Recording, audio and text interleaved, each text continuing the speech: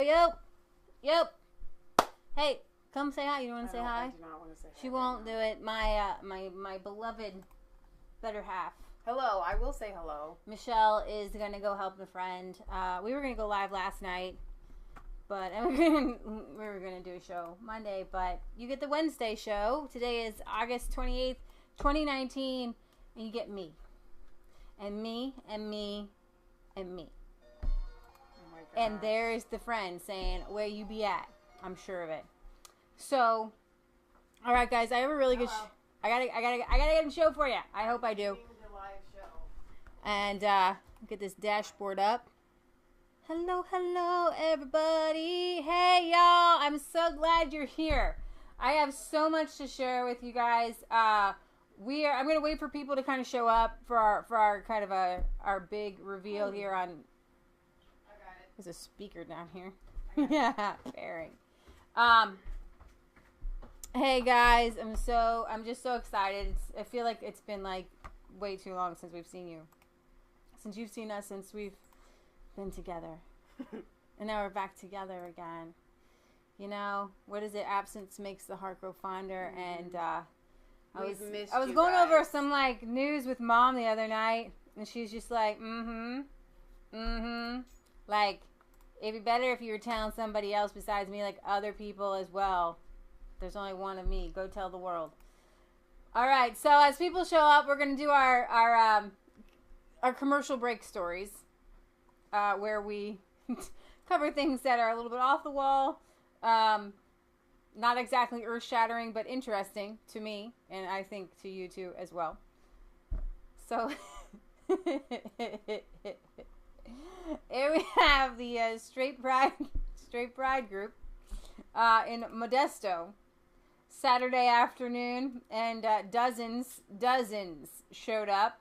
You know what dozens are? It's like 2 boxes of donuts. Showed up to speak out against them. Straight Pride supporters were denied a permit for their event weeks ago due to issues with logistics, but vowed to make an appearance anyway. Modesto police were on high alert. High alert for them straight people. You never know what they're going to do.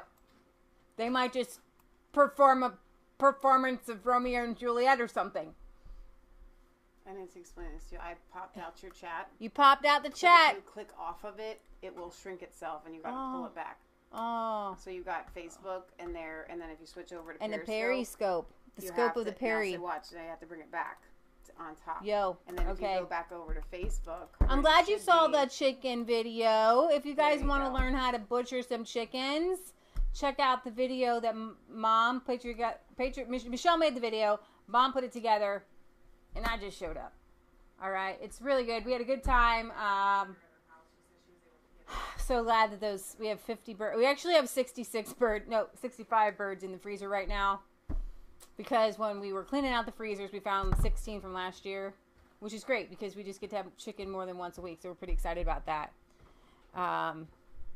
So they didn't okay the permit. I don't know.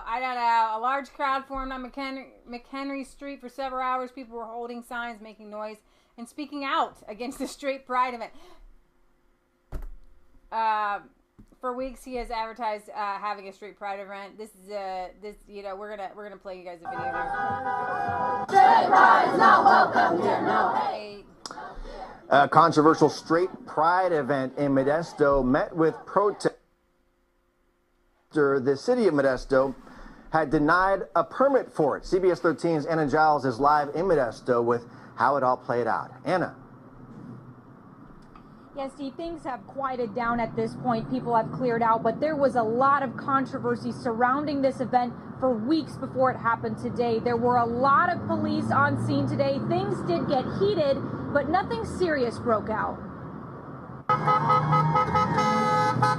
A large crowd forms on McHenry Street in Modesto. People holding signs, making noise, and speaking out against this man, Don Grundman. For weeks, he's advertised having a Straight Pride event. This is an example of free speech in our country. It's a one-way street. They want free speech, but they won't give us free speech. Straight Pride is not welcome here, no. When he showed up this afternoon, people against his message say they wanted to outnumber him, surrounding his sign promoting the Straight Pride Coalition.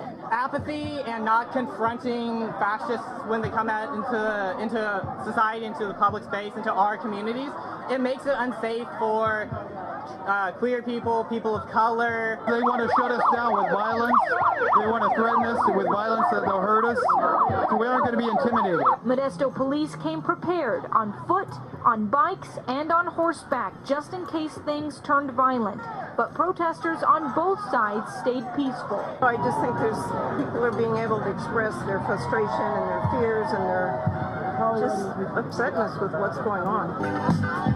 Earlier in the day, people protesting against straight pride met in Enslin Park to promote their message. I wanted to come out here and be peaceful and rally with a bunch of people of the rainbow colors. Did you notice that, like, it was a straight pride event, but the overwhelming majority of coverage was for the protesters?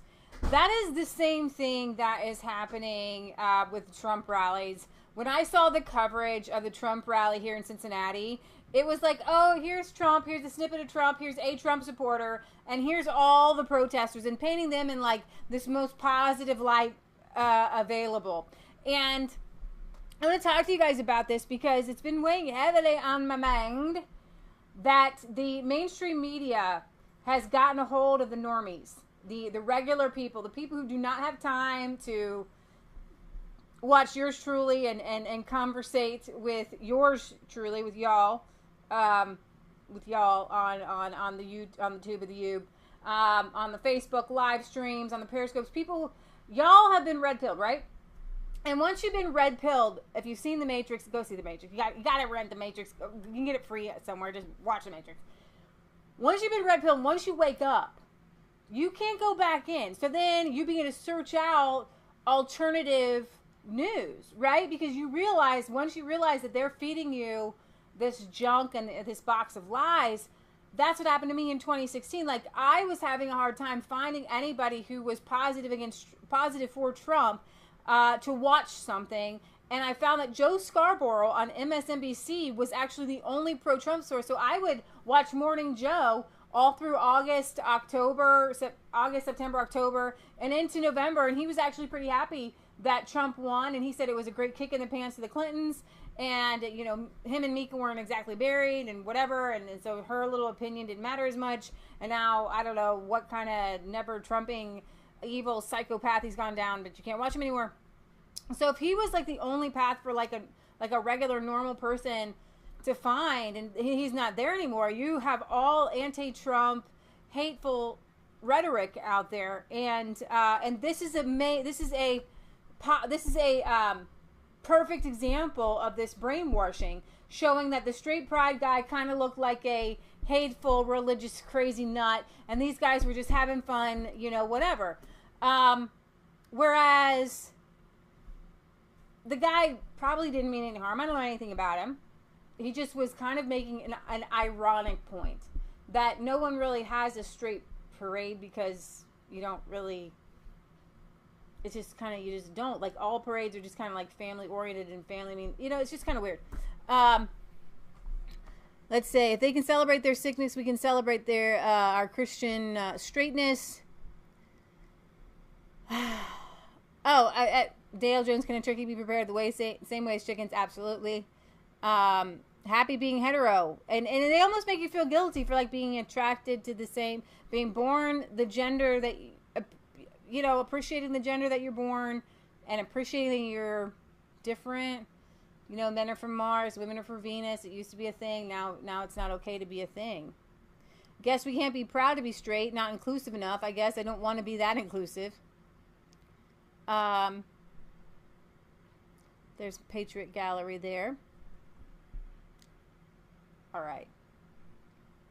But the rooster, he ain't going to die. That's so funny.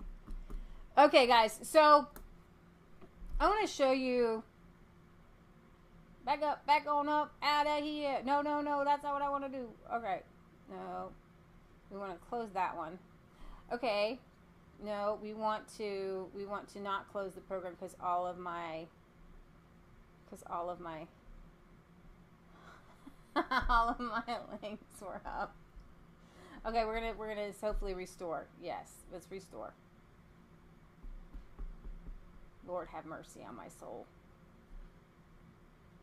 Bring me my links back. There we go. Thank you, Jesus. Thank you, Jesus.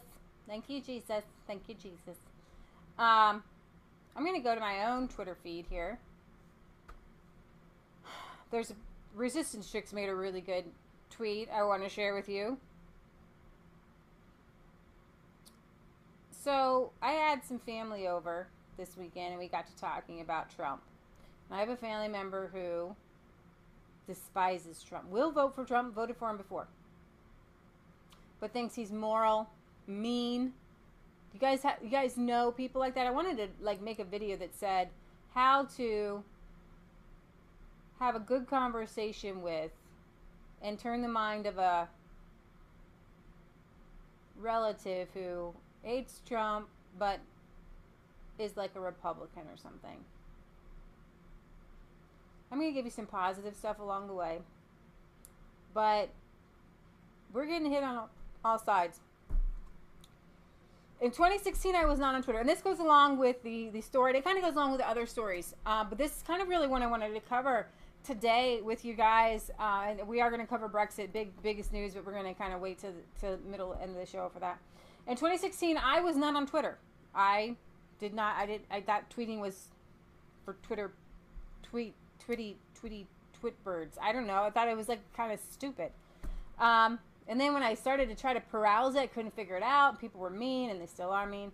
I got and shared most of my news. Raise your hand if you shared most of your news on Facebook. It was a free-for-all. I love 2016, and many of my friends did as well. I have lots of friends who got their news. There was tons of news sites, and you're just getting bombarded with news pages all day. Minds were changed. Important topics were debated with friends and family. There's a lot of debate going on. Twitter is the only place left to do this, and even though I'm shadow banned, it's the only place left to do anything without being bombarded or, completely kicked off. But the average person isn't here.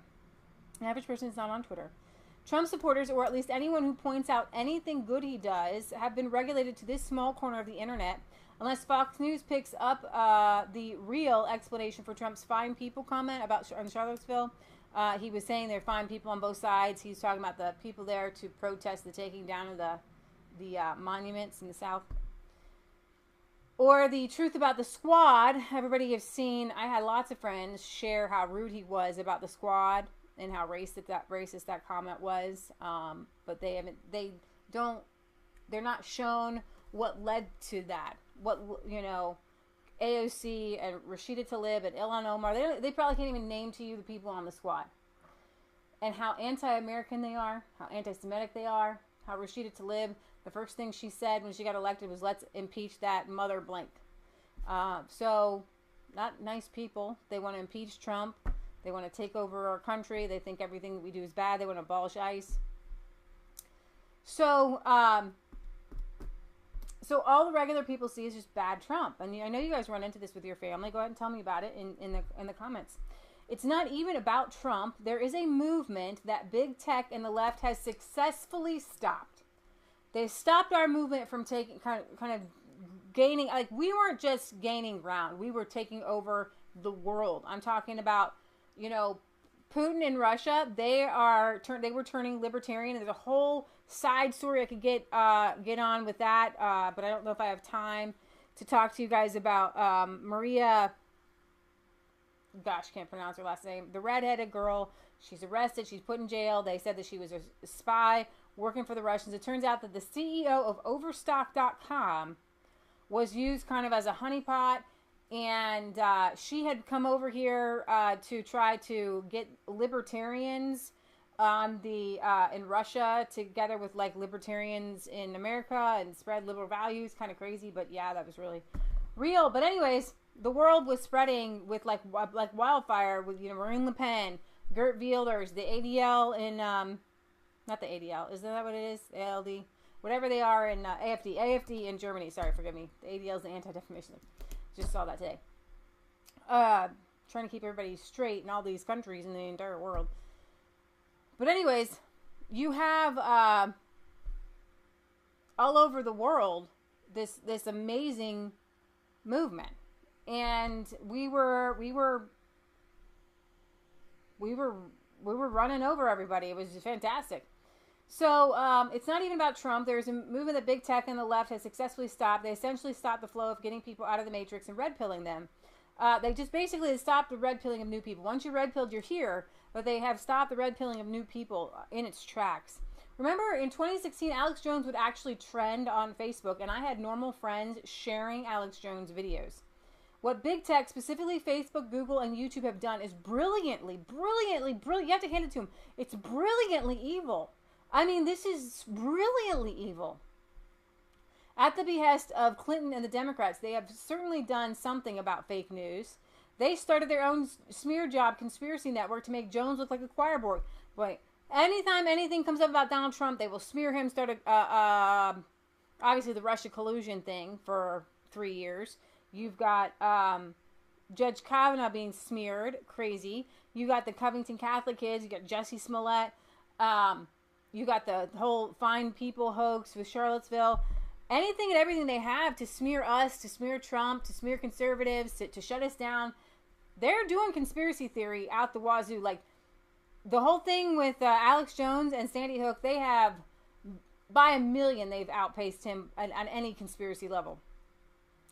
If Facebook still operated like it did in 2016, all my friends and your friends would know all the counterpoints to their fake news. And they would see the media for who they are.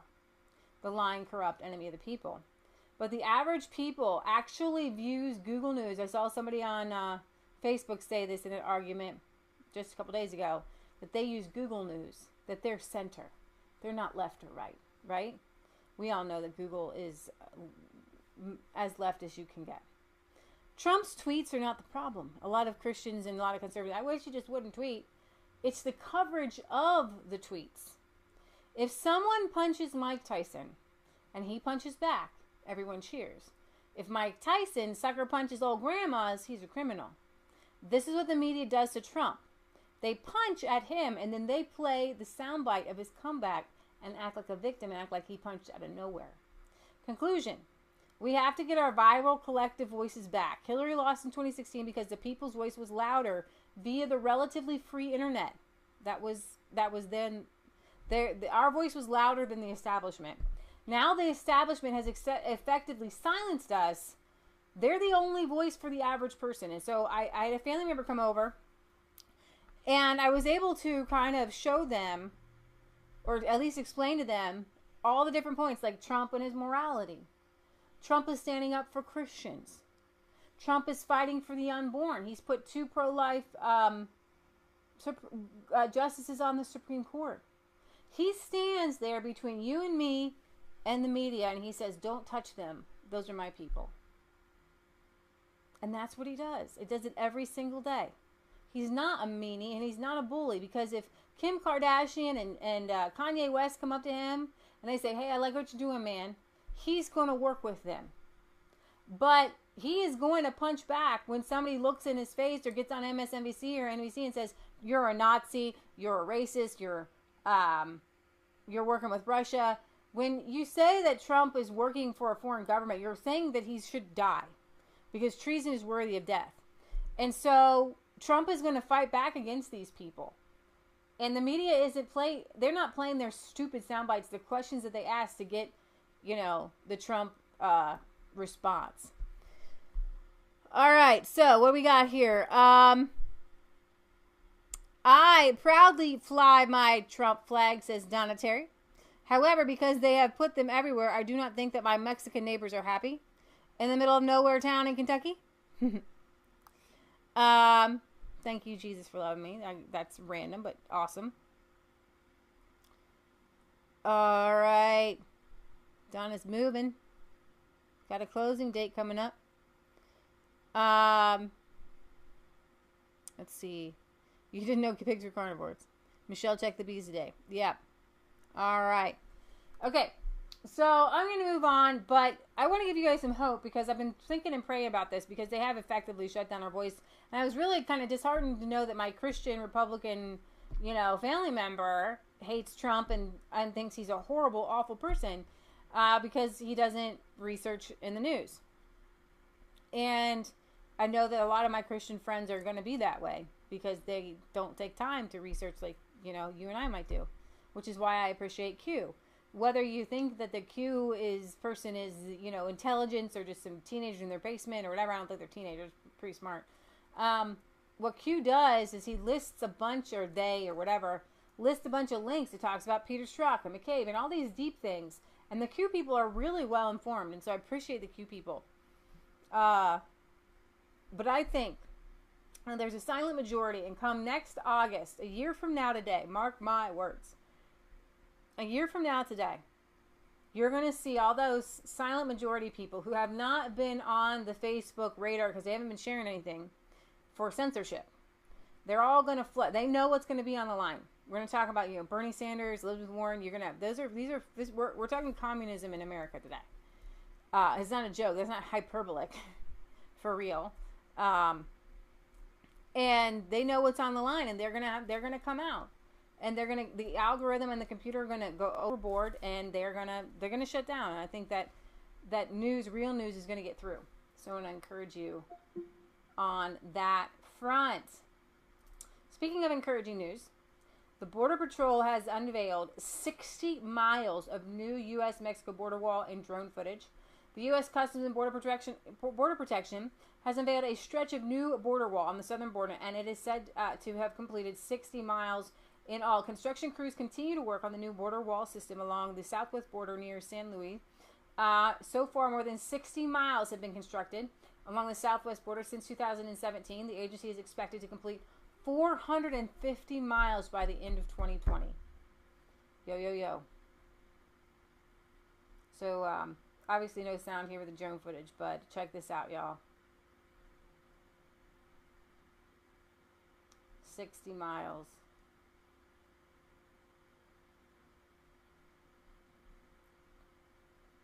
It's a big, beautiful wall. And I actually kind of like this one, that you can see through it.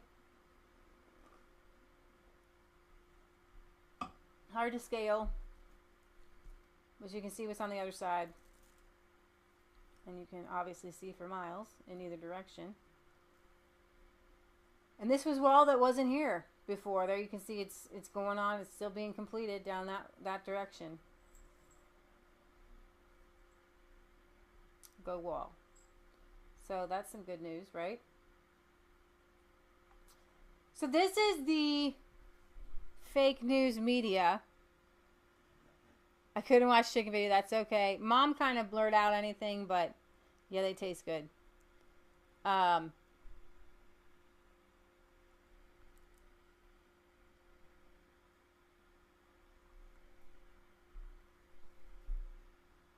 come people who hate Trump because of his tone never seem to have a problem with the tone of the Democrat Party and its supporters?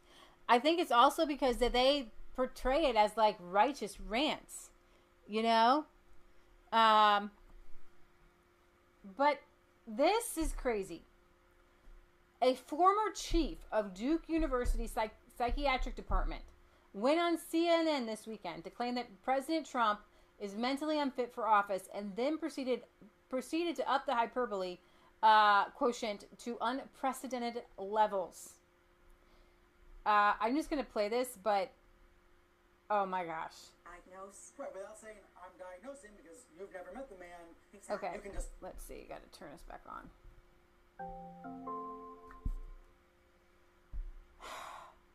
That Trump is as destructive a person in this century as Hitler, Stalin, and Mao were in the last century. He may be responsible for many more million deaths than they were.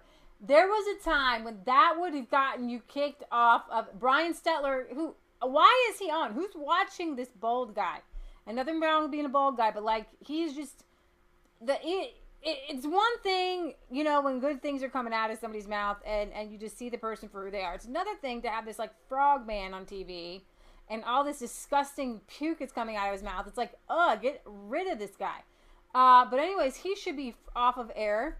And obviously the psychiatrist who said that Trump may be responsible for many more millions of deaths than Hitler, Stalin, and Mao. Really? Describe what you're seeing. So, Dr. Francis, I know you disagree with this view that Dr. Lee and a couple other dozen psychiatrists have published in this book. You say it's dangerous to be talking this way. Why? Well, I think that medicalizing politics has three very dire consequences. The first is that it stigmatizes the mentally ill. I've known thousands of patients. Almost all of them have been well-behaved, well-mannered, good people. Trump is none of these. Lumping the mentally ill with Trump is a terrible insult to the mentally ill, and they have enough problems and stigma as it is.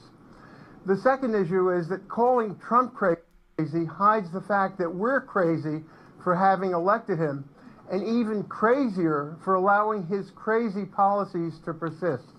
Trump is as destructive a person in this century as Hitler, Stalin, and Mao were in the last century. He may be responsible for many more million deaths than they were. He needs to be contained, but he needs to be contained by attacking his policies, not his person. It's crazy for us to be destroying the climate our children will live in. It's crazy to be giving tax cuts to the rich that will add trillions of dollars to the debt our children will have to pay. It's crazy to be... So he's literally using politics to say it's crazy. So if you deny climate, then you are basically worse than Chairman Mao and Hitler because you're responsible for people's death. If you do not want to pay off people's students' loan, then you're responsible for people's deaths. This guy is off the rails.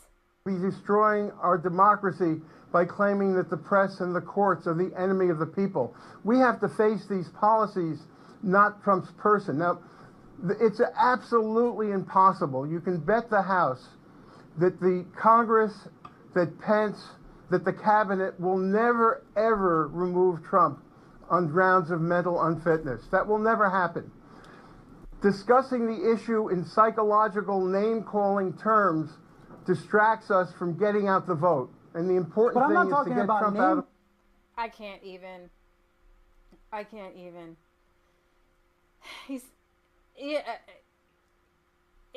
It says when he talks about how it would be acceptable, he then suggests that it would be acceptable to lie about Trump's mental state if there would be a way to use that false narrative to get him out of office. He literally said later on, I guess, I think it's very clear that he's dangerous because he's evil. He's not dangerous because he's mentally ill. And the mentally ill argument, if it would get him out of the office, I would say go with it, even if it's inaccurate. Anything to get this man out of office, but it won't work. So piling on inaccuracy stigma, the press will get people who know nothing about psychiatric diagnosis spouting off at the mouth. It won't add to the discussion. It will only distract from the political stuff we have to focus on. Dr. Lee sat quiet during the Francis segment. Nevertheless, a month ago, she and several peers testified in an online gathering that President Trump was psychologically unfit for the presidency. In that testimony, James Murakatgas of George Washington University says Trump's campaign rallies are like the Nuremberg rallies that Adolf Hitler had. I've been to Trump rallies. They're nothing of the sort. And says it's a dangerous and unprecedented degree in our history. So when we say that the press is the enemy of the people, it's because the hyperbolic and they're evil. Like what Hitler did and what Mao did and what Stalin did is very evil. And guess what? The Communist Party is still alive and well. Chairman Mao is venerated and used in China. And if they really cared, then they would be covering Hong Kong in a positive light for the Hong Kongers 24/7. But they don't, because they're a bunch of crazy hypocrites. So there you go. Let's see.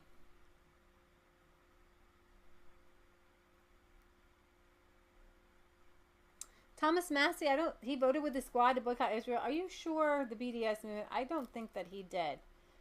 He is pro-Israel. Maybe you might have gotten that one wrong. Maybe mistaken, possibly.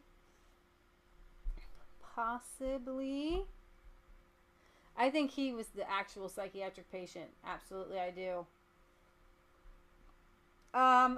Let's see. This is kind of important. Google is burying alternative health sites to protect people from dangerous medical advice. So anything that's not CDC approved, anything that's not, over-the-counter, big pharma. For their unorthodox views, some physicians are being treated as medical, heretics. Google's search engine algorithm has essentially ended traffic to their websites. And the totalitarians claim noble goals for their book burning. They want to spare citizens unhappiness caused by having to sort through conflicting theories. Censorship is control. The real aim of censorship is to control us. And let's see. When making decisions, we often face conflicting theories. And, we're always faced with different things about what we should eat, what we should wear, what we should put in our bodies. But we should be able to have all that at our fingertips to look through and read. Let's see. Nobel laureate in economics Vernon Smith was taking a prescribed statin and recently observed the impact it was having on him. In the last week, I had a very clear now experience of temporary memory loss. I did a little searching and found this article summarizing and documenting the evidence over many years. Such incidences have been widely reported, but the problem did not arise in any of the clinical trials, but neither were they designed to detect it. Statin effectiveness in reducing heart and stroke events needs to be weighed against this important negative. Since I am actively writing, this is a primal concern for me, and I have stopped taking it. A free person understands that there is no one best pathway. Although experts have the knowledge, and when I took Mom to the hospital, she had a mini blood clot. She had a blood clot. They immediately wanted to get her on the statins. And I started to look at the side effects. And I was like, whoa, whoa, whoa. And then I read the numbers. These are from the companies themselves that said, while the risk of having another incident, whether it be a stroke or a heart attack or whatever, was decreased by taking the statins, life expectancy was not increased. I was like, people died of other stuff. Maybe not the stroke or the heart attack, but they died of other stuff. So I was like, oh my gosh. So I wanted to go on Google and see, okay, what could be a natural, because these statins are basically cholesterol medicines, are designed to thin your blood and break things up. Sorry, I'm getting kind of hot. Thin your blood and break things up. I'm not telling you how to take your cholesterol medicine. You got to do what you got to do. But we got to do, and I want all the information available to me. And I don't want to watch a 60-second commercial and just hear all the side effects, that run, risk of, driving your car into a tree or something crazy like that. Healthcare 451. Some people don't like to take responsibility for their health choices. They prefer to be told by the doctor. And do you understand now why books are hated and feared? Asked Bradbury's character professor in Fahrenheit 451. Faber responds to his own rhetorical question: because they reveal the pores on the face of life. The comfortable people want only wax moon faces, poreless, hairless, expressionless. Bradbury is reminding us that life is messy. Often there is no comfortable one-size-fits-all solution to the challenges we face. Despite the evidence against statins, the medical orthodoxy would like you to believe that those who question statins are being hoodwinked by fake news. Duke University's Dr. Anne-Marie Navarre is the associate editor of JAMA Cardiology. In her article, Fear-Based Medical Misinformation, she rails against the fake medical news and fear-mongering that plague the cardiovascular world through relentless attack on statins. She writes, many patients remain concerned about statin safety. In one study, concerns about statin safety were the leading reasons that patients reported declining a statin, with more than 1 in 3 patients, 37%, citing fears against adverse effects. Dr. Navarre takes the position that concerns about safety are fake medical news. Fake news, Dr. David Brownston disagrees. The Physician's Dex reference states that adverse reactions associated with Lipitor include cognitive impairment, memory loss, forgetfulness, amnesia, memory impairment. So then you're looking like you are suffering Alzheimer's when you're not. Furthermore, post-marketing studies have found Lipitor use associated with pancreatitis. Other researchers have reported a relationship between statin use and Lou Gehrig's disease. Finally, peer-reviewed research has reported a relationship between statin use and cataracts. Statins being associated with serious adverse effects has nothing to do with fake news. These are facts. Okay? So Google has tipped the scales. Mercola.com, operated by Dr. Joseph Mercola, I go to his site a lot, is one of the most visited websites providing the alternative views to medical orthodoxy. If I were researching statins, I would certainly read several of the essays questioning statin use and the cholesterol theory of heart disease. Essays at Mercola.com usually provide references to medical studies. Personally, since Mercola sells supplements and I'm a supplement skeptic, I read the essays like I read all medical essays with a grain of salt. Dr. Kelly Brogan is a psychiatrist who has helped thousands of women find alternative to psychotropic drugs prescribed to treat depression. And so she's helped people. These unorthodox views are being treated like they're not going to come up in your websites in your search results anymore. From time to time, Google updates algorithms determining how search results are displayed. There is nothing inherently nefarious in such actions. Google has achieved its market position by doing a better job than other search engines. According to Mercola, before Google's recent June 19th algorithm update, Google research results were based on crowdsourced relevance. An article would ascend in rank based on the number of people who clicked on it. After its June 19th algorithm update, Google is relying more on human quality raters. Google instructs raters that the lowest rating should go to the YMYL page with inaccurate, potentially dangerous medical advice. Your life, your money. We have a very high page rating standards for your money, your life pages, because low quality, your money, your life pages could potentially negatively impact users' happiness, financial, whatever. Does that sound reasonable? If a site argues for treatments other than the medical orthodoxy, then by definition, the site can arouse readers' cause for concern and for some people in happiness. Do we really want Google to assume the role of your medical doctor? You've got people probably being paid $10 or $15 an hour deciding whether baking soda treatment for cancer is worth clicking on. This is fascism. So Google plays the happiness doctrine. Google isn't eliminating access to alternative health pages. It's making them harder to find. And, you know, they bury Alex Jones, they bury everybody. And so I want you to be aware of what's happening. If you really want to Google something, go to DuckDuckGo. We say Google search something. Go to DuckDuckGo.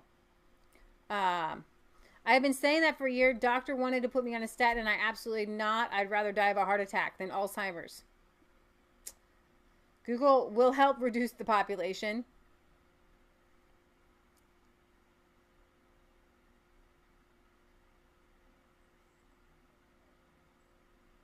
Okay. Interesting. Mike Whitney is testing himself with borax. Ooh, yikes, I never heard of that one. I haven't heard of that one. I don't care what color you are. So my culture. Let's take a second. Glenn Beck interviewed Tim Pool, and what I really liked was their section on talking about this. Talking about Google and big tech, and where do we draw the line as libertarian-minded people, as free market capitalist people? Where do we step in and say, wait a minute, our free speech is being hindered? We can't get our information out. And I really think that when you start to view the internet as a road, and you stop traffic for people with alternative views on a road, on a literal road, wouldn't you say that that is wrong? Google owns everything. Google is the road. It's the highway. It's, maybe you can call it a toll road. But what if toll road people said, because of your conservative views, you can't take this road, or you have to go to the far lane and go 10 miles an hour, while people with liberal views can go 70 to 85 miles an hour. And I think that is where if they did it for LGBT people, what if they put LGBT people on the bottom of search results and had only heterosexual views to the top? What if they put all black people at the bottom of the search results and let all white people go to the top? Because that's what's happening. The roads have to be open for all, bottom line. And that's my argument. agree. That's authoritarian progressivism. Yes. Yeah. And I disagree with it. And that's where they are. That's where they are. Yep. I mean, there's a real problem, in my opinion, that is going to happen before we even get up to speed, to where these companies, and I am for the free market. Yeah, let's go back a little bit. Right. So now think about what we can visibly see as insanity, delusional content where babies are watching realm that can't be broken out of because they've spent, out of sight, out of mind. The only thing you hear is from one side. So, I've said this before, and it's meant to be a little hyperbolic, but I think if something isn't done, there won't be, Republicans as they are today will cease to exist. By when? I mean, I'm being hyperbolic. Within the next couple elections, look at, I'll give you a good example. Donald Trump, he's the president. A lot of predictions, models say he'll win 2020. I think that's a fair point. But Twitter said he breaks the rules. Mm-hmm. He's not allowed to be on the platform, but here's what we're going to do. Twitter said, we're going to put a notice on his tweet if they break the rules. You know what they're really saying? The line in the sand as of today, no one who ever speaks like the president will be allowed to use this platform. If you can't use Twitter, which is one of the dominant, spaces for public discourse, we will never see the rise of someone like Donald Trump ever again. Well, that's Google's stated goal. Facebook has said the same thing. Internally, the good can't let this. Yeah, we can't let this kind of stuff happen again. They believe that they are right, and as no offense, but as progressives usually do, they believe they are the right ones. They have more information, and so I'm going to just take progressive steps to get you dummies to go along. There's two ways of looking at progressivism. That way, okay. If it is good and we all agree, that's authoritarian progressivism. Yes. Yeah. And I disagree with it. And that's where they are. That's where they are. Yep. I mean, there's a real problem, in my opinion, that is going to happen before we even get up to speed, to where these companies, and I am for the free market, these companies are getting double dealt by the government. They're getting platform status and they're getting publishing status. So they get all That's a complicated problem too. But you can't be protected on all fronts and then start to say, you know what, I want to do good in the world, and so I believe this is good, and so I'm going to steer people this way. We're talking about companies that will not have, no one will have the protection of the Constitution, because the Constitution applies to the government, not to private companies. The tyranny is being outsourced. Yes. I find that nightmarish. So it's funny, you get these woke activists, they'll be like, here comes Tim to the defense of conservatives, and I'm like, first of all, remember that poem, First They Came For? Yeah. Right. I look to the conservatives in this country as doing what conservatives always do. I've heard the arguments. I disagree with a lot of them. But hey, we're all Americans, and the point is we find that compromise. The problem now is nothing to do with conservatives. It's a handful of billionaires running unaccountable corporations with government protection. Where's the left? I mean, I grew up with liberals saying, corporation bad, and I'm like, I agree. I grew up making fun of things like Blade Runner, going, please, I work for the corporation. Shut up. I've always been there. And for the last 10 years, I find myself with a growing number of conservatives all saying, something's really wrong here. Yep. Something's really wrong. And what really annoys me is I've had a lot of conversations with in-action conservatives, I'll call them. I'm not saying regulation is necessarily, what has to happen, but something has to happen. Yes. And there are so many conservatives that say, no, we should let them do what they want. I'm like, okay, great. You'll be banned first. I mean, your opinions won't exist anymore. Right. Here's the thing I noticed. I was talking to this guy who's a far-left activist. He told me he was a centrist. A socialist. I'm like, socialism is not the center. Quite literally, on the political compass, socialism is as far left as you can go. And laissez-faire is as far right as you can possibly go. And I'm talking about the compass, not like American cultural standards. And he thought he was in the middle. And so you realize that, and you look at someone like, Jack Dorsey or Sundar Pichai, and they think they're in the middle when they're far left. Yeah. So then they go, okay, so Democrats are far right, and communists are far left, and socialists, socialist Democrats, or democratic socialists are here in the middle. We should ban everyone to the right of a Democrat. That's literally what they're doing. Man, I gotta say, you know what's really scaring me too? We're gonna derail. He did not misspeak there. The way that the big tech views the political spectrum is that the Democrats, like a Hillary Clinton and an Obama, are far right. And the communists are far left. And the socialists are in the middle. And all of us, everybody to the right of Obama, is gone. We're just gone. And we have to be able to speak out and make a change. A little bit, I guess, but I was talking on the Joe Rogan podcast with Jack Dorsey, and right away I said, your rules are biased against conservatives. The look on his face, he didn't realize it. I said, what rule? He genuinely believed his rules weren't. And I said, first of all, the misgendering policy. Like, I understand why you want to protect the trans community. They have very high suicide rates, and I can agree with, I can respect that sentiment. But you have to realize more than half this country, like substantial majority of this country, even liberals, do not agree with a lot of what's happening in this argument, like transgender women competing against biological women. Right.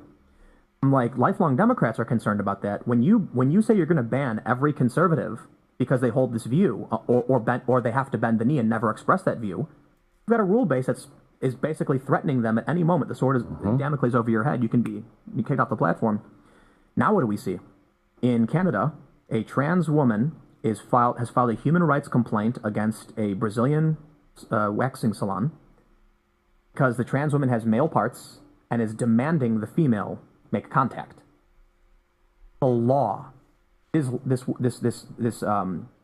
professional waxer shut down her business, and we've just gone insane.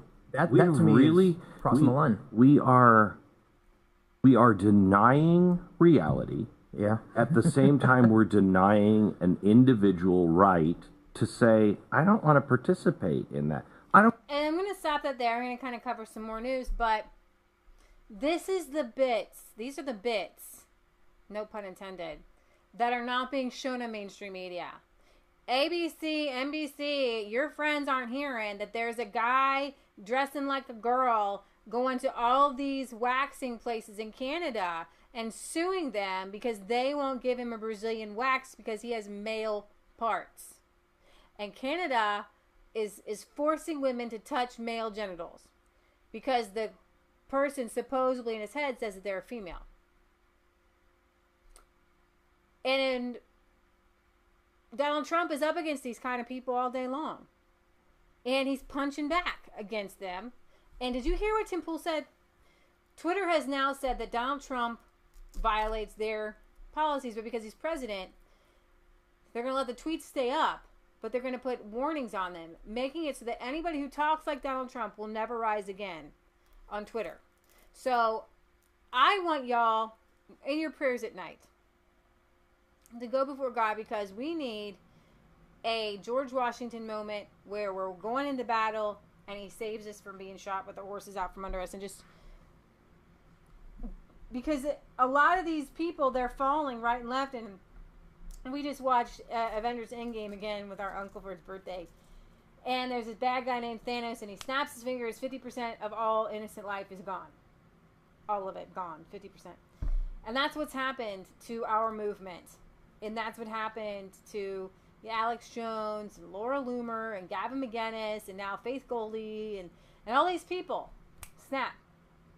Gone. Right? But those of us who are left a little bit hanging on, I said Gavin McInnes is literally drunk Thor. He's just like drunk all the time. Because he said we used to have fun, now it's no fun. No, it's no fun. But here's where the rubber meets the road. Do you really believe what you believe? Did you just fight because it was fun? Because it was easy? Or do you fight because we gotta fight? Because it's real? Because we gotta stop women from being forced to wax male genitals and, craziness like that. So, here's our commercial break. I'll check that out, Don, and I'll get back with you on Thomas Massey. That would be bad if he did. I'm not saying that you're wrong. For real. All right. Does anyone cancel their birth certificate? That's a good question. All right. Get ready for Apocalypse Ruth. Now, Ruth Bader Ginsburg did nothing horribly wrong has gone bad. And I got, kind of chastised on Facebook for saying that she's hanging on like a bad sinus infection, which she is. And she knows she needs to step down. She knows she does. But she was treated this week again for pancreatic cancer. And she's hanging on. I mean, she's one tough cookie. She does workouts. People keep her going, keep her going. But here's the thing. She is not a good person. Okay? She has done more to harm this country as a Supreme Court justice than, maybe even Bill Clinton, if that's possible, as president. She has some very weird views. She wants if it was up to her, the age of consent would be down at 12.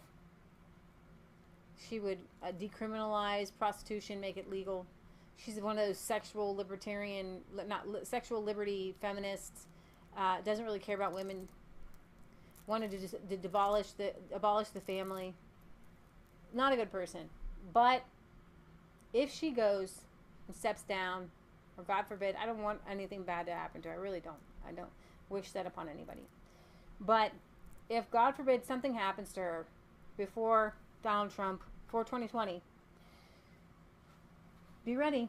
You've never seen anything like that, because it would be the judges.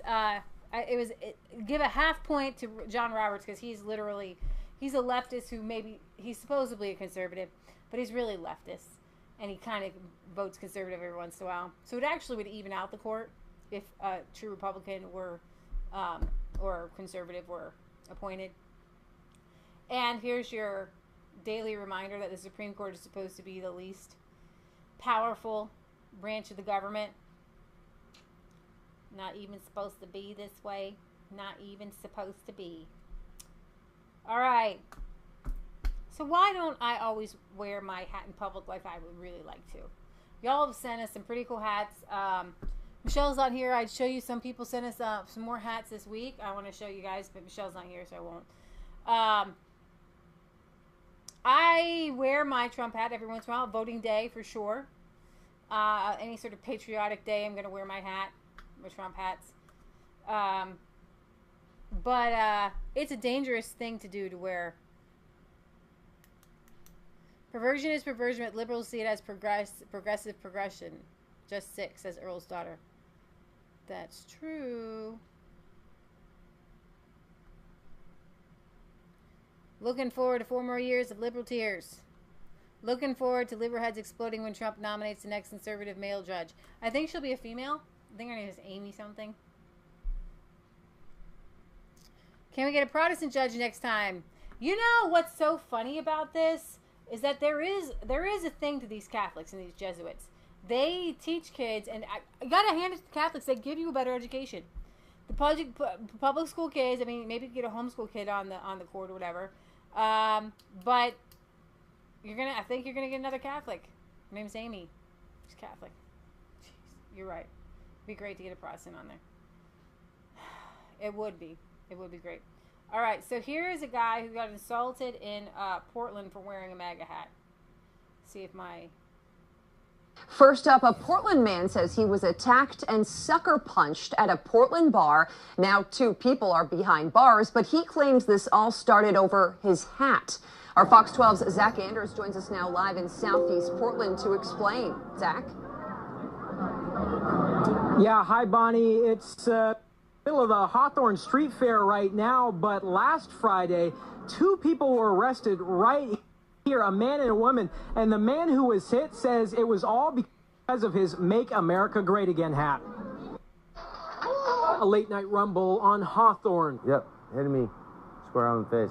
Luke Lenzner was doing date night with his wife. They were trying to make their way into Growler's Tap Room in Southeast Portland. This is just from getting punched in the nose. Lenzner says right when they got there, they were attacked outside the patio by people upset with the hat. I got mobbed by everybody that was in that bar outside, and the people came from the inside out and just circled me and my wife.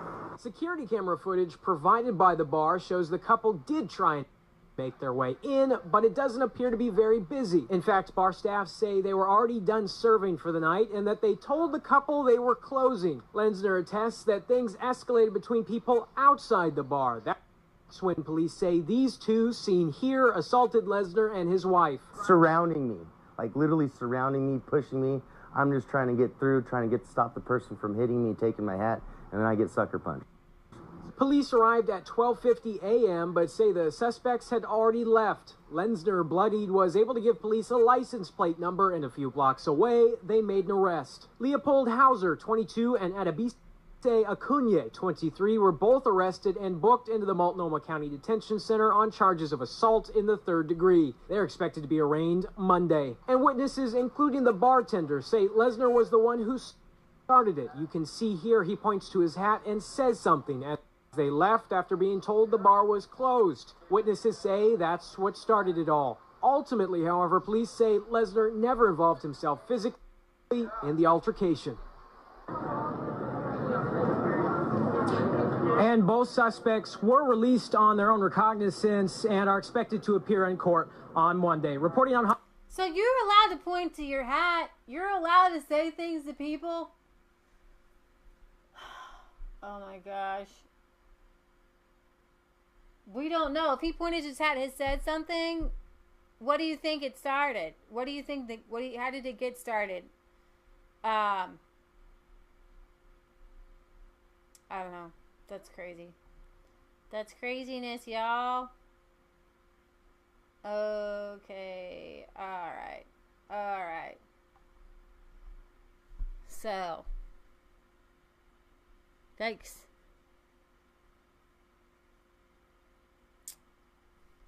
Here you have from the this is from the Federalist. Washington Post columnist calls for anti-GOP violence. Burn down the Republican Party. Jennifer Rubin, she's crazy. She's on Twitter, some crazy lady. She's their conservative blogger. Says we have to burn down the Republican Party. We have to level them because if there are survivors, if there are people who weather the storm, they will do it again. This is an extreme administration that is dangerous. If you are Latino right now, you probably need to carry your birth certificate around. I've known people that are carrying them because they're so scared that they're going to be scooped up and stolen. But yet, it's fine. Go and dance on TV. It is incredible. It is. You know, I wrote a column way back when, I think it was around the time that Sarah Huckabee Sanders was denied service at the restaurant, that what we should be doing is shunning these people. Shaming these people is a statement of moral indignation that these people are not fit for polite society. I think any institution, and University of Virginia, for example, for a bit had a relationship with Mark Short, who is now back with the administration. I think it's absolutely abhorrent that any institution of higher learning, any news organization or any entertainment organization that has a news outlet would hire these people. I also want to echo something that my friend EJ said. It's not only that Trump has to lose, but that all his enablers have to lose. We have to collectively, in essence, burn down the Republican Party. We have to level them, because if there are survivors, if there are people who weather this storm, they will do it again. They will take this as confirmation that, hey, it just pays to ride the waves. Look at me, I've made it through. And so up and down the ticket, federal, state, local offices, the country has to repudiate this. It is not a normal administration. And when these people say, oh, you can't criticize us, it will deter public service. It will deter people who are liars, who are... Liars? You mean like, that's a really good segue. Talking about liars. Ilhan Omar. She's back in the news again. And do you want to know what for? You do want to know what for. She having an affair. Where is I'm looking for it. Seriously? I don't have you up, girlfriend? What do you mean I don't have you up? I did.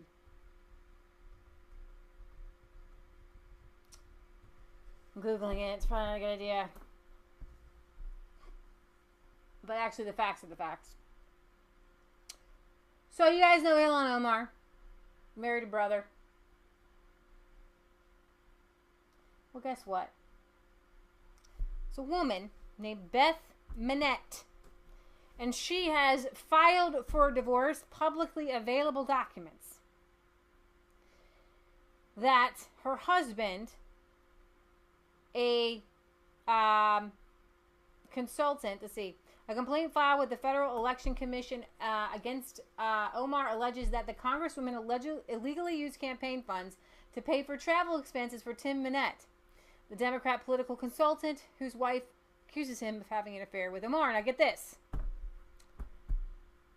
In the divorce papers or whatever, she says she tried to make reconciliation, but he didn't want to because he declared his never-ending love for Omar, who paid his consulting firm over $200,000. I'm not even kidding you. And then he takes her out to dinner. So she pays him, and for travel expenses. So then she pays him, and then he takes these travel expenses, and then buys her dinner. Hello. Does she not know that this is not crazy Africa, where you can do all this stuff? We're going to catch you, right? According to the complaint, Omar's campaign paid Minett's company, East Street Group, hundreds of thousands of dollars, but thousands of dollars for travel expenses beginning in early April. So, yeah, $220,000, which is like 1/3 of all of her campaign expenditure has been to his consultant group. What do you think about this? So she's a homewrecker. Woman has a 12-year-old son.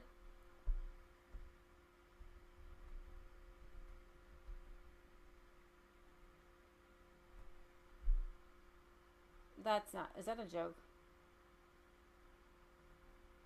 That's got to be a joke.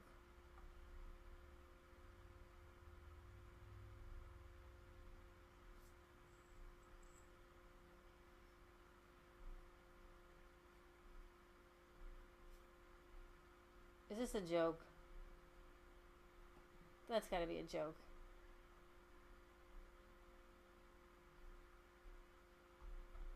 Wait a minute. I'm going to take a second. This says breaking. YouTube announces InfoWars ban lifted. Come on. That's got to be a joke. What is this?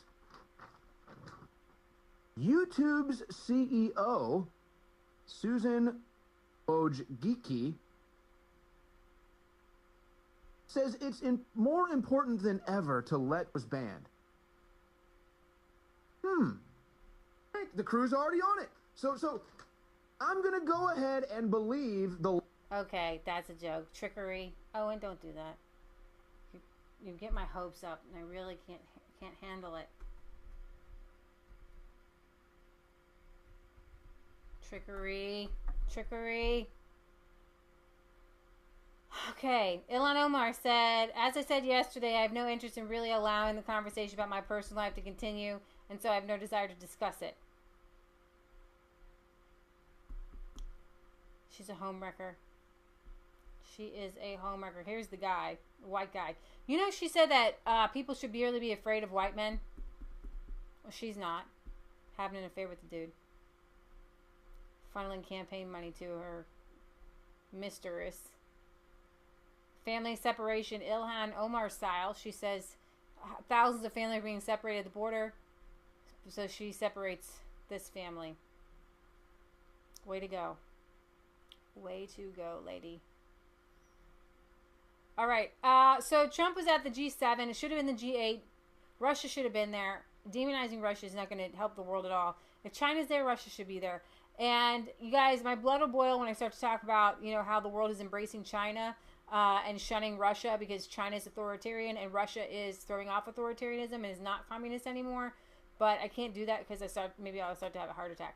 But just watch this moment. It's kind of sweet. So he's speaking in his Indian dialect. What do they speak in India? But watch what Trump says. He actually speaks very good English. We just don't want to talk about it. I feel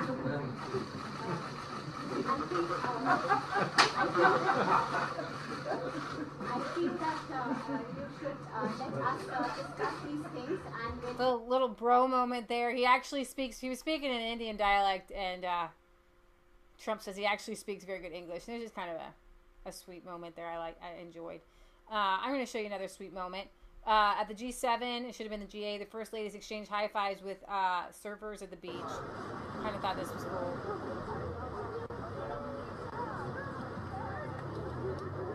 Always so classy. Always so classy, Lady Trump there. If we could all be as classy as her, the world would be a better place.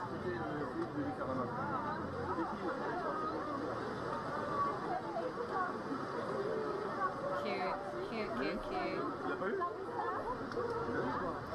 That's just fun. That's just fun. You know, sometimes you gotta smile, right, guys? Good things happen in this world. InfoWars did a whole program on and had Paul Joseph Watson Savannah Hernandez in Hong Kong. This is Greg Reese for InfoWars.com.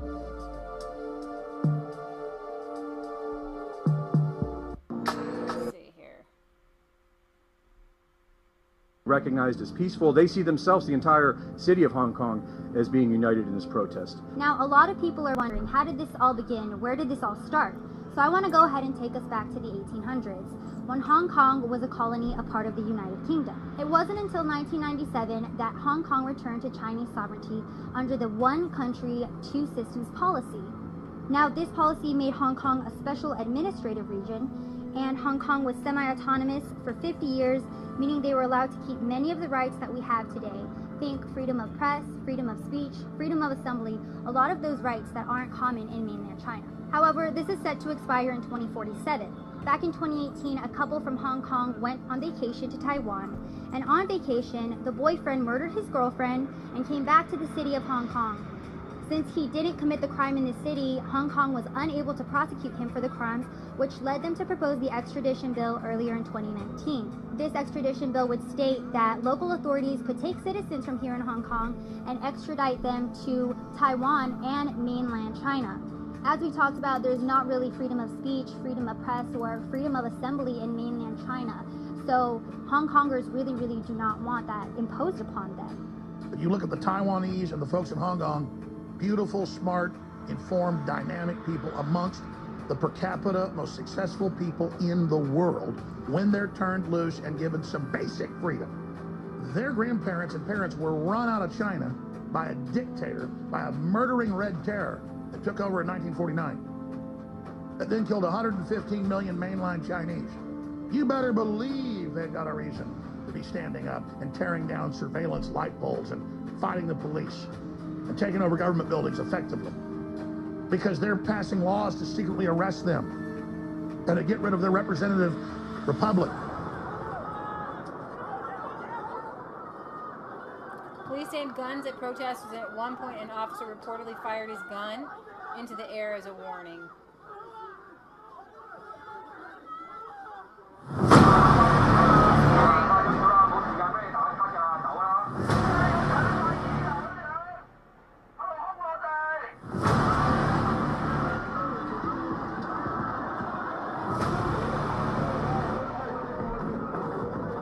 So I just want to pause here. The way the left is portraying Donald Trump, they're portraying Donald Trump like he's mainland China, like he's doing the, government surveillance, like he's doing, the social credit scores, but he's not. We're the free ones. We're the free ones. The people who support Donald Trump are the only people covering Hong Kong's resistance in a positive light. You got the entire world saying that they're against fascism, against Nazism, against totalitarianism. But they're a bunch of hypocrites filled with manure. Okay? Because Hong Kong is literally trying to fight for their lives.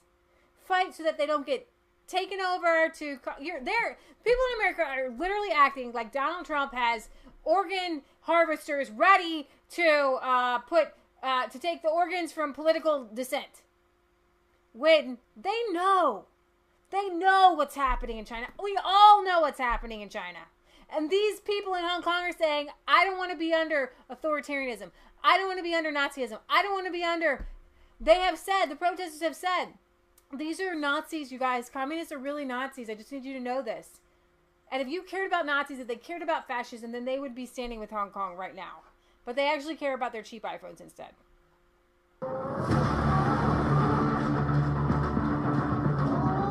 are y'all holding the American flag today for this protest? It's because the American flag represents freedom, democracy, and liberty.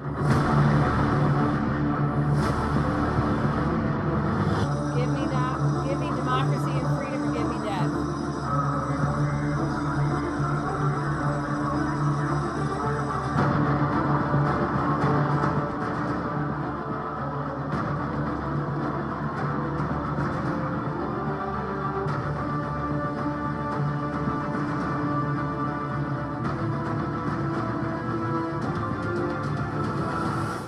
Total madness out here.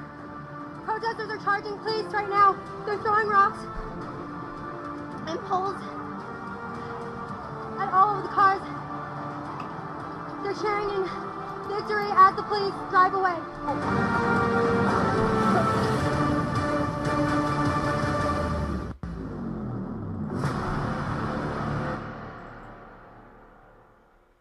Thank you, Savannah InfoWars. Hernandez for Infowars.com. And now here's a video by Greg Reese on Hong Kong.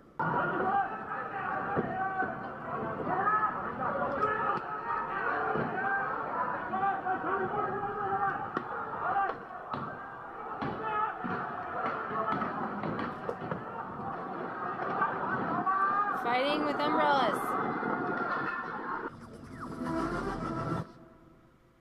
Founding father of the American Revolution, Patrick Henry, is known for saying, "Give me liberty or give me death." Why would any American criticize the people of Hong Kong for standing up to fight for justice? Their threat is Communist China, the most sophisticated tyrannical ideology in the world, an ideology responsible for killing over 100 million people. It is the ultimate form of tyranny. The city of Hong Kong is united in their defiance against communist intervention, but the police have turned against the very people they are supposedly sworn to protect.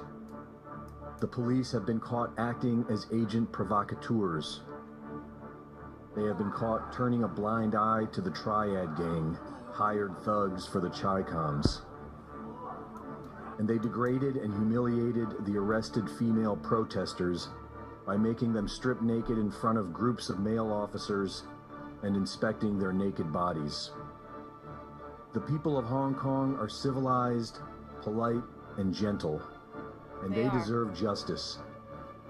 But sometimes a person has to stand up and fight, and that takes courage, especially when the police have guns and you don't. And when 100,000 Chinese troops are preparing just across... Rachel Gallery, maybe you can put this link here, this Bitchute link in the description so people can get an idea of what's going on there.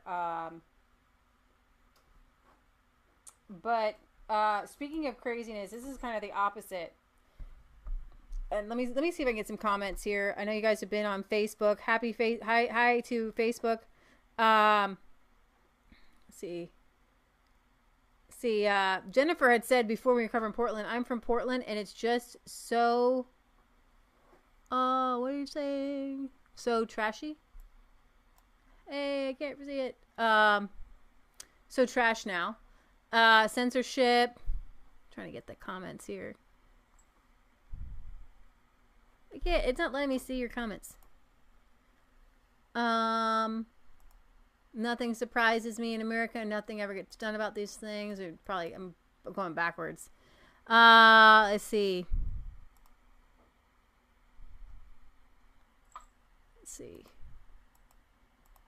Get you guys who want to see your new comments. That's what's coming to America if you don't get out and vote in November. Democrats are out of control, and that is actually that's actually pretty true. Pretty darn true. I do believe that you are correct there. Let's see. China has record shortest time for organ transplant. Yes, that is absolutely right. Western China Muslim and Falun Gong in re-education camps. Yes, they die in organ harvesting. It's pretty crazy. Hong Kong is finished with the British protection and we will not protect anymore. It's their time to stand alone, as we have done many times. Yeah, but they don't have any weapons. Pretty crazy. They don't have any weapon. So they have their umbrellas. I would like to see the Chinese police beat down Antifa. Yeah, that's true. So, watch this, guys. African migrants traveling north clash with the Mexican military police as they demand passage to our border. This is pretty crazy, you guys.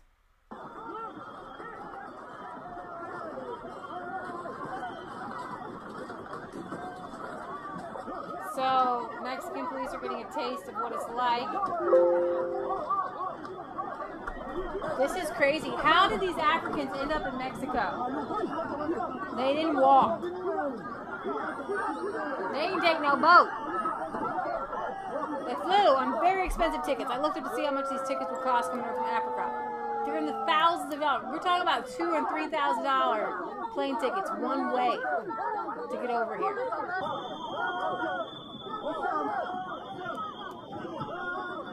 To South America.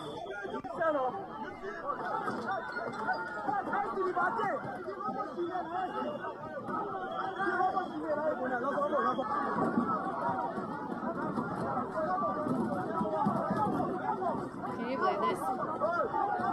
Can you believe this? There's a language barrier there.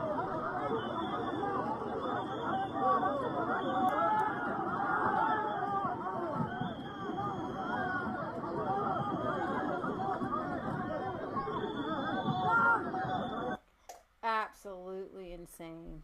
Absolutely insane. Crazy, crazy, crazy. All right. So,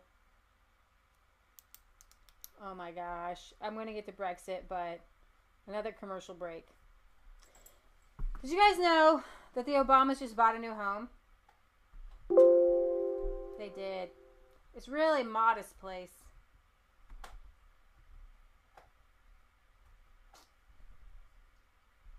Really kind of small. Out and got some acreage.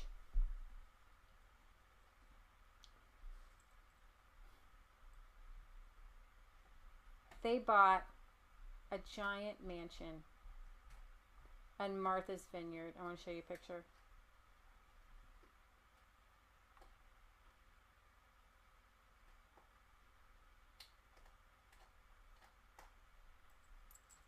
See,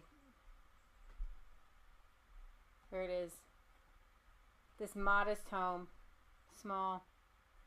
I'm sure it's got an outhouse.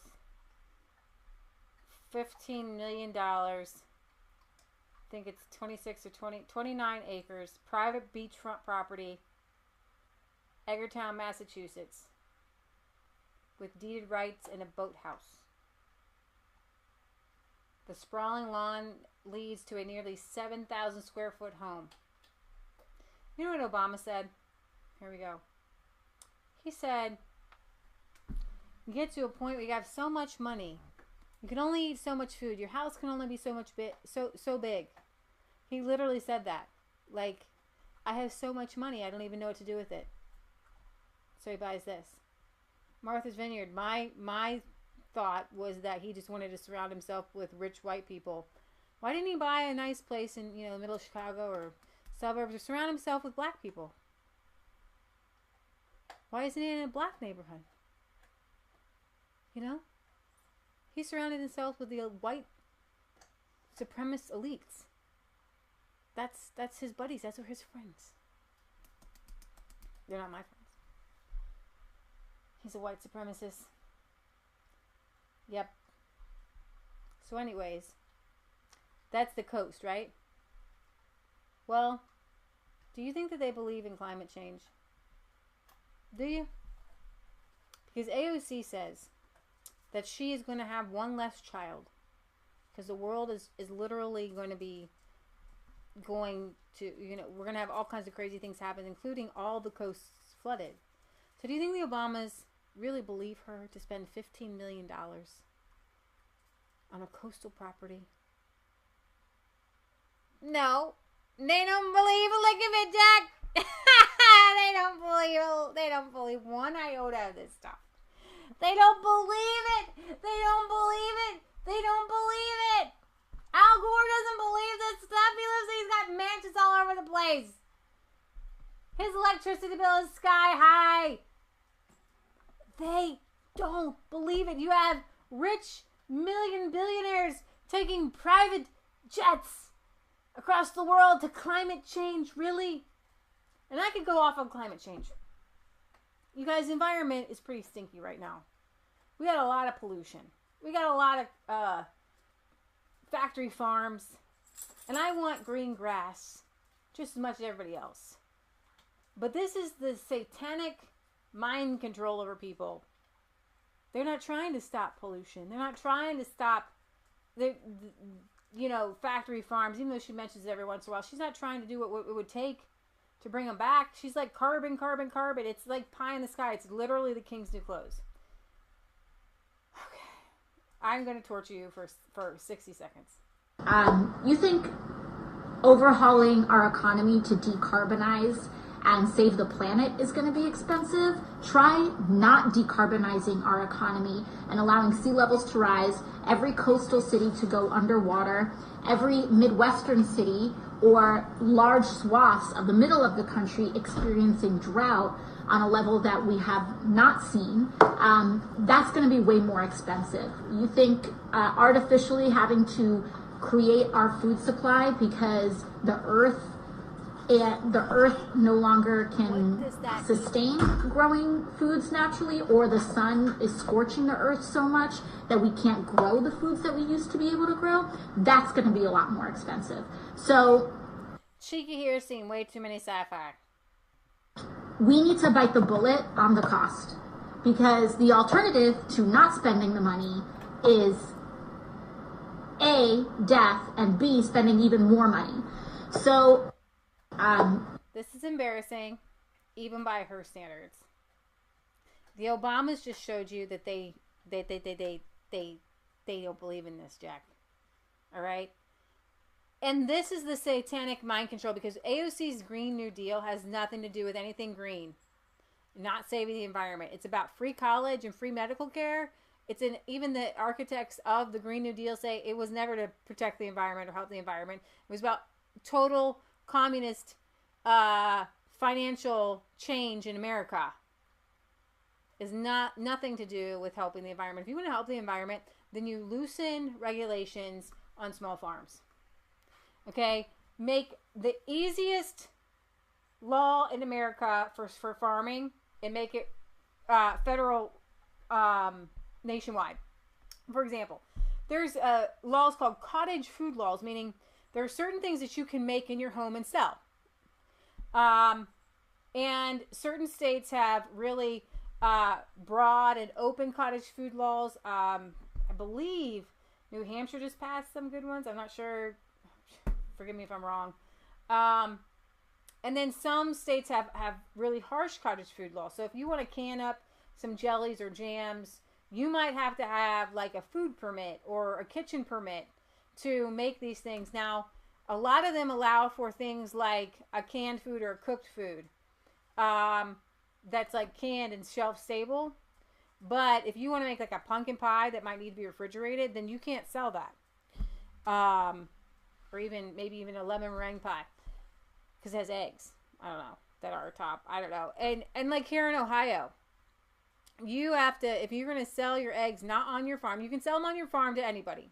But if you're going to take them to a farmer's market, somehow that changes the whole shebang, and you have to have somebody come and inspect your home. You can't have a dog in your home at all. Like, what kind of farmer does have a dog? And they check your water for anything in your water, like well water. and they check your thermometer. It's not that big of a deal, but it is kind of a big deal. So we can sell our chickens off of our farm, but we can't, if we want to sell them, we can sell them at a farmer's market. There's a certain, like, so many thousands you can sell at a farmer's market, and our friends do. We have some friends who do sell them at farmer's market. But I would like those laws to be taken away because some states don't make you wash your eggs. I don't want to wash my eggs. I don't want to sell washed eggs to people. That makes them less safe. So that's like one rule. That's one law that I would make easier. Okay. Are you ready? I don't think you're ready. Brexit, baby. I'm probably going to play this again. So this is the Brexit party, Nigel Farage's Brexit party. I want to play this first. And then we're going to get into Bojo. Bojo, baby. Back in March of this year, all seemed lost from a Brexit perspective. We had a Labour and Conservative party, both of whom were happy not to take us out of the European Union. We had many of the 500 MPs who'd voted for Article 50, who'd reneged on their promise. And the talk was that not only were we not leaving the European Union, but we were to face a second referendum.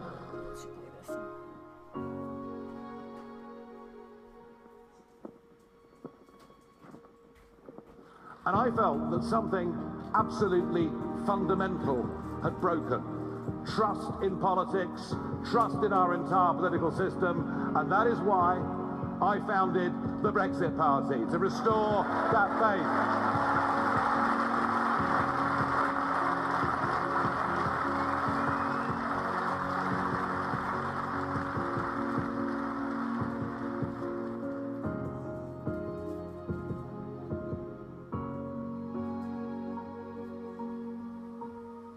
We managed to turn all of that anger that was out there in this country into optimism and hope.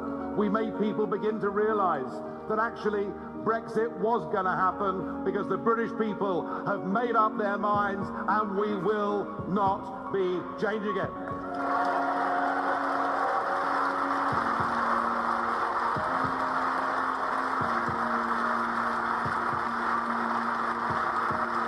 It is a pretty extraordinary achievement for a party of 19 weeks standing that we have over 500 of you in this room today who have been through vetting and will be candidates for us, prospective parliamentary candidates for us at the next general election. It is an extraordinary achievement. Our team have done well. We've spent the summer preparing for this moment and we are ready. Are you ready? Are you ready? Are you sure you're ready?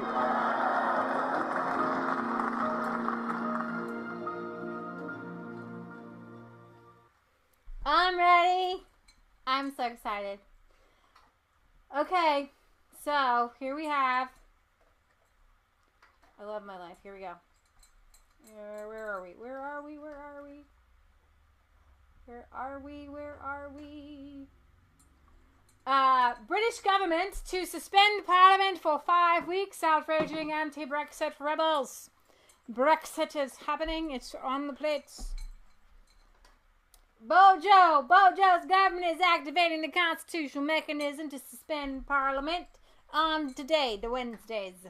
A move which has outraged Remainers because it limits the amount of parliamentary time available to them to sabotage Brexit taking place at the end of October. The Prime Minister confirmed will take place on Wednesday and will see what is called in Westminster jargon prorogation. Let's put it a little bit. Too many rolled R's there. Last 5 weeks between September and mid-October. Parliament will reopen on October 14th with the Queen's speech, the ceremonial delivery by the monarch of a speech written by the government outlining their political intentions for the coming session. It is normal for a new government to bring forward a Queen's speech, and the announcement follows Bojo's replacing Theresa May as Prime Minister and building his own government on July 24th, but pro-Remain activists and politicians have reacted to the announcement with undisguised anger.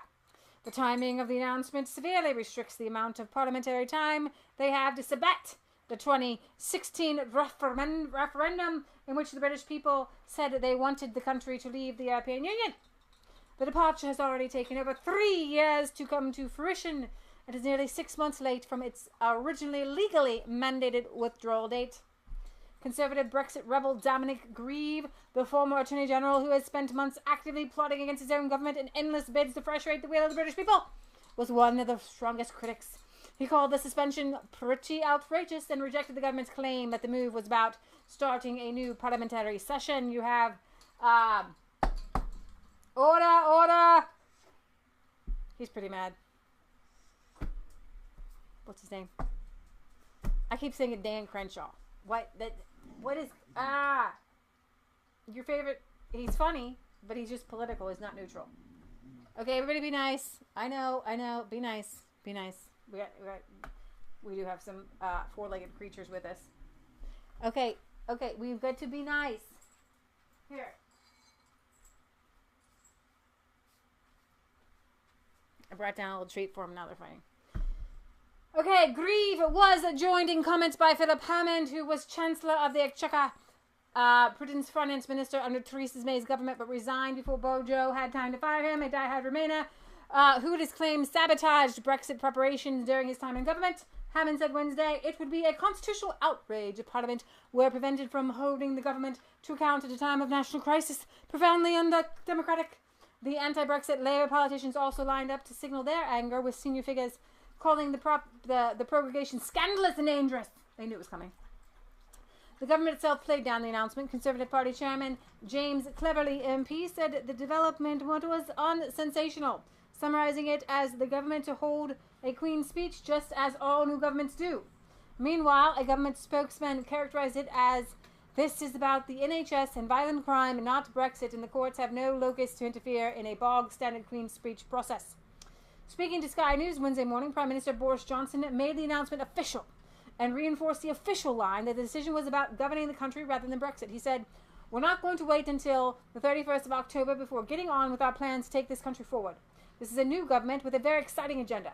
All you should take from this is that we are doing exactly what I said on the steps of Downing Street, which is we must get on now with our legislative domestic agenda.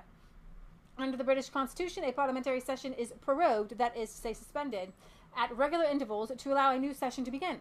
This is a duty performed by the Queen on the advice of her ministers through a body called the Privy Council. While the Queen could theoretically refuse the instruction of the government, in practice the monarch always does as instructed by the government, has done so for centuries. The outrage of pro-Remain activists at the government attempting to deliver the Brexit vote made by the British people in 2016 leaves the country in a strange situation where left-minded politicians who would normally be outraged at the Queen making any decisions for herself are now demanding that she do just that to suit their agenda. One such group is the anti-Brexit Best for Britain. They went so far as appearing to threaten the Queen with future consequences if she didn't abandon her constitutional duty and followed their instructions instead. The group leader said she would do well to remember history doesn't look too kindly on royals who aid and abet the suspension of democracy. Wow, that's like totally a threat.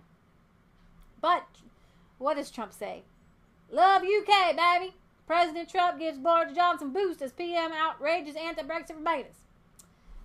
U.S. President Donald Trump wrote of his support for the UK Prime Minister Boris Johnson Wednesday, just hours after the British leader announced he would be suspending Parliament in September and October, a move which has outraged, the outrage, whatever. UK Prime Minister Boris Johnson will be a great leader, Donald Trump said Wednesday, but he also took the time to affirm his well-known affection for the country of his mother's birth, writing, "Love UK!" The message came as Boris Johnson announced, So you got Jeremy Corbyn, everybody's against it, blah, blah, blah, but Dallingpool from Breitbart says, Brexit is happening, savor those Remainer tears. Britain is definitely leaving the European Union on October 31st. Isn't it odd that this simple fact should arouse such controversy? We voted to leave, after all, by a margin of over 1 million back in June 2016. Yet, in the 3 years since the small, unrepresentative, but asymmetrically powerful group of Remainer holdouts in the government, in the civil service, in the media, in academia, in the legal profession, in finance, and big business has thrown so many spanners in the works to try to thwart democracy. She's got her bed. She's carrying it around. That's absolutely hilarious. Thwart democracy and to stop Brexit happening, that it seems almost miraculous that we're finally getting out. Hey, Ma. Yo, Ma. Baby girl. Don't do that. Don't do that. Don't do that. Don't do that. Okay, that's right. I don't want to send him home with a messed up dog bed, you know? Just chill, baby. Chill, baby. Hey, yo. Yo. There's more food in there. Right there. Right there. Okay. Alright, the Ramonas have gotten themselves into an awful tits that they will no longer be able to use the parliamentary process to block Brexit. That's because, you know, with the prorogation. This guy says, the Prime Minister has finally come out as a dictator. I've had enough of being outraged. We must get rid of him and this loathsome gag as soon as possible. With this, the unelected pound shop dictator Boris Johnson threatens to end Britain's long history of parliamentary democracy. If Parliament is silent on the biggest issue of our time, we must take to the streets in peaceful protests. A kind of coup is taking place. They said, hey, sweetheart. We're not going to play that game. All right, okay. We're getting a little bit antsy, so I better sum things up. They've been so good for so long. I got more stories, but we'll cover them later. Hey, cheaters never prosper. Cheater weeder. Hey, please, thank you. So I'm going to let's go to Twitter, and let's just look at what's trending here. Let's see what Nigel has to say.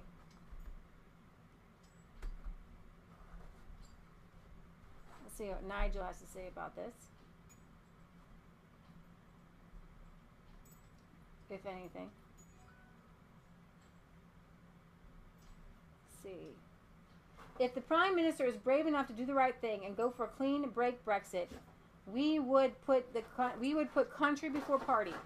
But not, hey, sweetheart. Don't break things up. But not for the first time in recent weeks, I find myself asking, does Boris Johnson have the courage to do the right thing? So, we'll see how this turns out.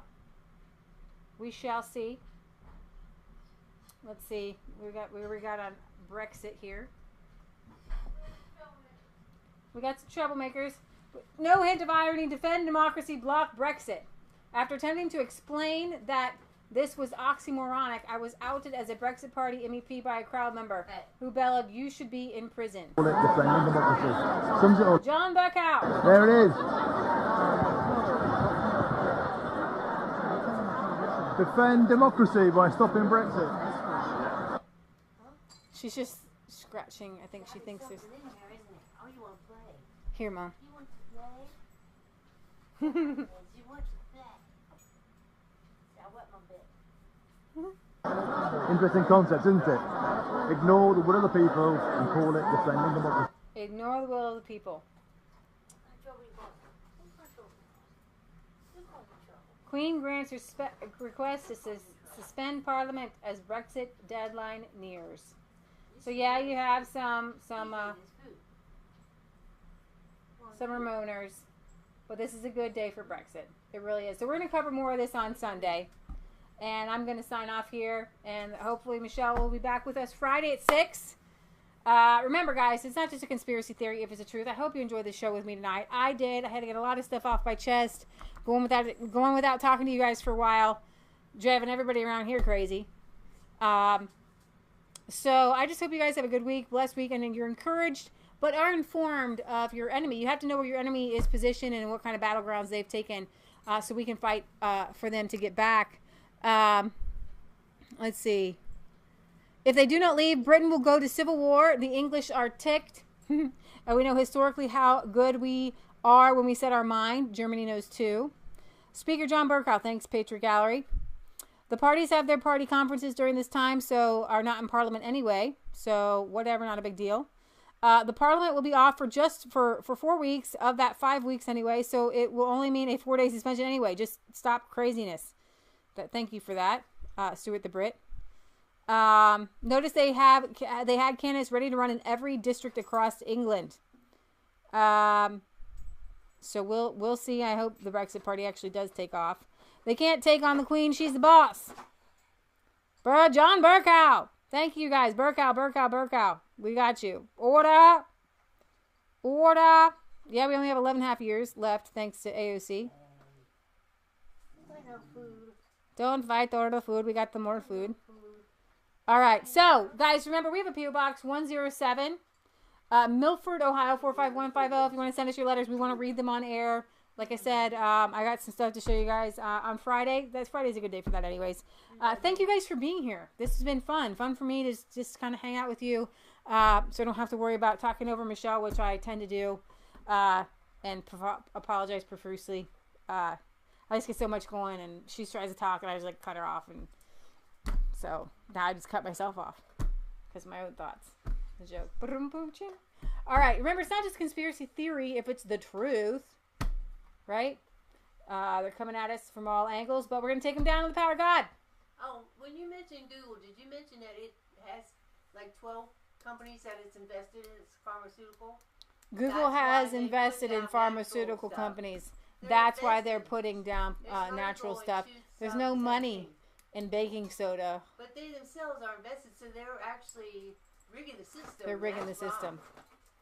For themselves. All right, guys. I got some dogs here. They need they got some ants in their pants. So let's go get those ants out of those pants. I love you guys. God loves you, and God bless. And we will see you Friday at 6 o'clock and Sunday at 1. We're going to be here. God willing, no earthquakes or craziness. We will be here Sunday at 1, hopefully. All right, guys. So I'm going to sign off here. Thanks, Michelle, for helping me get everything set up. And now I have to, all I'm supposed to do is shut it down. So where we go, we're there, we're gone there. Oh, I forgot my ending. Let's do that next. No, we're going to do an ending here.